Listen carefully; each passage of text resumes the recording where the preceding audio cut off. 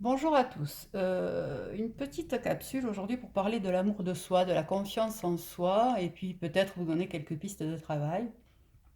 C'est quelque chose qu'on entend beaucoup, notamment sur le parcours des flammes jumelles, mais pas que, sur tous les chemins de travail personnel. Alors l'amour de soi, qu'est-ce que c'est? C'est un terme qui est tellement dit, répété, vulgarisé qu'on est un peu perdu face à ça. Pour moi, l'amour de soi, c'est la valeur que l'on se donne, l'amour que l'on se porte. Il est impacté par plusieurs choses, par les blessures de l'enfance qu'on connaît tous hein, maintenant, le rejet, l'abandon, la trahison, l'humiliation, l'injustice. Également, il va être impacté par les blessures transgénérationnelles, parce qu'on n'arrive pas vierge de tout quand on est, bien sûr. On a une part des blessures de papa, du côté de papa et du côté de maman, hein, parce que ça va plus loin que ça va sur plusieurs générations. Et on arrive aussi avec notre bagage karmique. Alors, quelques exemples dans la matière qui peuvent nous mettre le doigt sur le manque d'amour de nous, c'est la dépendance affective, hein. Si je donne à l'autre, forcément, il ne va pas m'abandonner. On peut avoir aussi des gens qui ne sont pas ancrés professionnellement, matériellement, financièrement, puisque de toute façon, on ne mérite pas mieux, et puis c'est déjà pas si mal. Donc voilà, ça c'est quelques voilà, de petits exemples qui peuvent voilà, nous mettre sur la piste qu'il est temps de se pencher sur la façon dont on s'aime. Pour moi, la première chose à faire, c'est vraiment sortir de la victimisation. Sortir de il m'a fait ça, il m'a fait vivre ça, c'est c'est juste pas possible, c'est un salaud, excusez-moi du mot. Voilà, penser que les problèmes viennent de l'extérieur, que tout se passe mal, que tout va mal, que c'est pas possible, j'ai pas de chance. Voilà, accepter et comprendre que nous sommes responsables de la façon dont nous vivons et on recevons les choses, hein, que ça soit des paroles, des situations, on est toujours forcément à minima 2 dans une relation quelle qu'elle soit, hein, professionnelle, personnelle. Voilà, il y en a un qui émet le message, l'autre qui le reçoit. Donc déjà prendre conscience de la façon dont nous le recevons et prendre cette responsabilité-là. Comprendre que nous allons chercher à l'extérieur, chez l'autre donc, ce dont nous avons besoin pour remplir ce vide immense. Parce qu'effectivement, quand on ne s'aime pas, le vide est immense. Le pardon, on en parle souvent, le pardon, il est, je trouve, plus facile de pardonner à l'autre. Alors c'est nécessaire effectivement, mais c'est pas suffisant. Il faut vraiment arriver à se pardonner, à sortir du jugement. Parce que quand on va commencer ce travail d'introspection, de commencer à analyser un petit peu le comment on a vécu les choses, on va se juger: «Ah là là, ben oui évidemment, je l'ai reçu comme ça, c'est pas ce qu'il voulait dire» ou «Il a fait ce qu'il était à ce moment-là». Non, sortir du jugement, c'est-à-dire que voilà, je l'ai reçu comme ça à ce moment-là et je ne pouvais pas le recevoir autrement parce que j'en étais là. Arrêter de se juger, de se culpabiliser, prendre les choses, voilà, comme elles arrivent au moment où on est prêt à l'entendre ce message, hein, aussi, parce que c'est un cheminement. Ça se fait pas du jour au lendemain, clairement pas. Voilà. Ensuite, pour moi, il y a aussi une autre piste qui peut être intéressante, c'est analyser ce qui dépend de la fidélité à nos parents. Voilà, nos parents nous ont, inculqué des schémas, des façons de penser, des façons d'être et être différent de ce qu'ils étaient ou de ce qu'ils nous ont appris à être, c'est aussi quelque part trahir la fidélité qu'on leur porte. Donc sortir de ça, ça me semble être une piste intéressante. Un autre petit point, c'est ne pas se laisser définir par les autres. Alors là, on parlait des parents, effectivement, mais ne pas se laisser définir par tous les autres, c'est aussi important. Du genre votre mari ou votre femme qui vous dit: «J'attends ça de toi, tu dois faire cela, tu dois être comme ça», c'est se laisser définir par les autres. Donc arriver à se positionner et arriver à dire: «Ben non, ça c'est pas moi, je suis pas comme ça, je le reçois pas comme ça me paraît, essentiel. Voilà, apprendre à respecter ses valeurs, en fait, apprendre à dire non. C'est le plus compliqué quand on manque d'amour de soi. Définir ses valeurs, définir ce qu'on est, ce qu'on veut, vers quoi on veut aller et donc apprendre à dire non. Un autre point très, très important, c'est écouter ses souffrances, qu'elles soient psychiques, hein, donc que ça soit de la fatigue, que ça soit, un moral en berne, ou qu'elles soient physiques, les maux du corps. Que ça soit notre moral, notre psyché ou notre, corps, voilà, notre corps nous parle. Donc vraiment arriver à écouter, les mots qu'on ressent, le mal-être qu'on ressent, qu'est-ce qui s'est passé, juste avant ou quelques jours avant, qui fait que les choses, elles se cristallisent comme ça en moi. C'est quelque chose d'important pour travailler, pour avancer, sur le chemin de l'amour de soi. Un autre point qui, pour moi, est aussi important, en même temps que je vous dis ça à chaque fois, mais tous les points que je vous liste là sont importants pour moi forcément. Hem, pour faire un petit point, et un parallèle sur la loi de l'attraction, attention à vos pensées, à vos mots, aux mots que vous utilisez pour vous définir aussi. Les mots sont créateurs.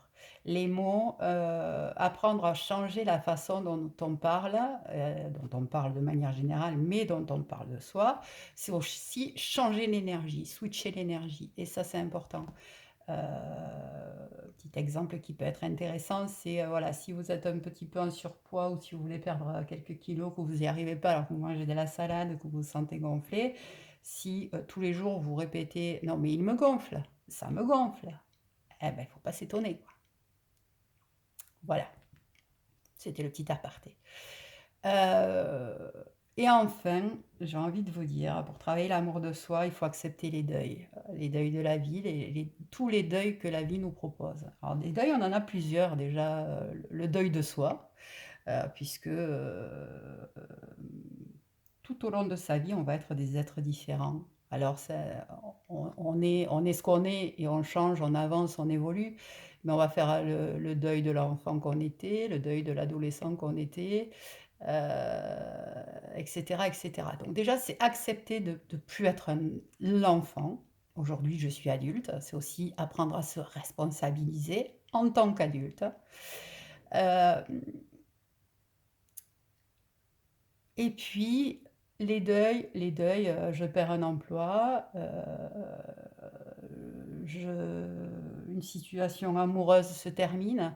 C'est accepter le deuil de la séparation professionnelle ou sentimentale telle qu'elle est. Ça veut pas dire que, je vous entends me dire là, alors surtout si on est en parcours de flamme jumelle et que, on est en phase de séparation, ça veut pas dire que c'est terminé. Mais en tout cas, au moment M, la séparation, elle est là, elle est actée. Ça veut dire que à ce moment-là, j'accepte que, cette relation soit terminée. Ne pas faire l'amalgame entre relation et sentiment. La relation telle qu'elle est là ne me convient pas. Je fais le deuil de cette relation-là. Ça ne veut pas dire qu'une autre relation avec cette personne ne se nouera pas. Mais en tout cas, pendant ces conditions-là. Accepter ce deuil-là, c'est aller à la rencontre de soi. Le travail sur soi, c'est accepter d'avancer pas à pas. C'est un travail qui est libérateur, mais c'est un travail qui demande du temps, qui demande de la foi. Il est important d'y aller. Une fois qu'on accède à l'amour de soi, on peut avoir confiance en ses capacités. Ça veut dire qu'on peut avoir confiance en soi. C'est là qu'on va pouvoir sortir de nos zones de confort. C'est là que les choses et les changements vont commencer à apparaître dans nos vies. Voilà ce que je pouvais dire en quelques mots, hein, sur, l'amour de soi, la confiance en soi, en tout cas ma vision des choses. Je voulais vous présenter quelques outils et quelques ouvrages, avec lesquels, des livres que j'ai lus, qui m'ont semblé intéressants et les outils que moi j'utilise. D'abord, un cahier d'affirmations positives qui est tout à fait alors des affirmations positives, vous en trouvez, hein, sur, YouTube et cetera. Vous avez des vidéos, d'affirmations positives. Moi, de façon à ce que ça soit personnel et que ça vienne de moi, hein, clairement, que ça soit les affirmations positives dont j'ai besoin.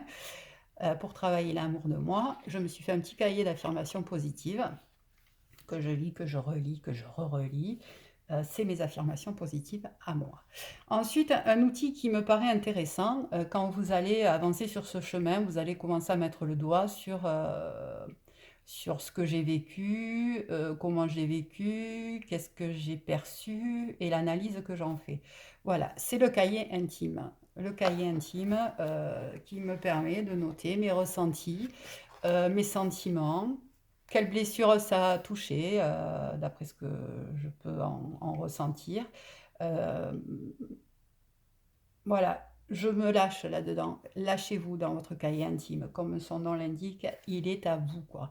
Donc, lâchez tout ce que vous avez à dire, à penser, à analyser. Déjà, ça vous permet de le déposer et pas de le garder.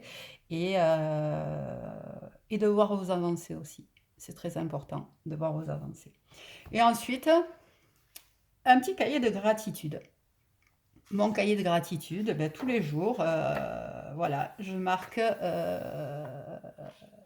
mes avancées. Je remercie et l'univers, la source, la vie, mais aussi moi, de mes avancées et, euh, et des cadeaux, des belles surprises et de tout ce qui change et qui évolue dans ma vie. Voilà, je le note, je remercie, je me remercie parce que ben, pour le coup, quand on bosse sur soi, quand on va à la rencontre de soi, euh, ben voilà, on est responsable de ça aussi et on est responsable des belles choses qui nous arrivent.